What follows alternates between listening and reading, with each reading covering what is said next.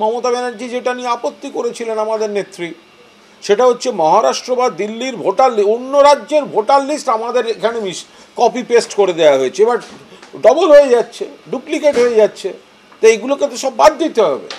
তো সেই বাদ দেওয়ার পদ্ধতিতে তো যার নাম বাদ যাবে। আমাদের বক্তব্য হচ্ছে একজন বৈধ ভোটারের নাম আমরা বাদ দিতে দেব না। এই একটা বাতাবরণ তৈরি হচ্ছে, এত লাখ বাদ গেল, আর এটা নর্মাল, একদম স্বাভাবিক। মানে এটা নিয়েও মানে বিজেপির কৃতিত্ব, তৃণমূলকে চাপ দেয়, এগুলোর কোনো কারণ ঘটেনি। এত লোক মারা গেছেন, তারা বাদ যাবেন। যাদের নাম কোথাও ডুপ্লিকেট হয়ে গেছে তাদের এক জায়গায় থাকবে, দু জায়গায় থাকবে না। এটা তো চিরকাল হয়ে আসছে, এটা নিয়ে কোনো। কিন্তু জীবিত ভোটারদেরকে মৃতের তালিকায় ফেলে দিয়ে যদি নাম কাটা হয়, সেইখানে হচ্ছে সমস্যা।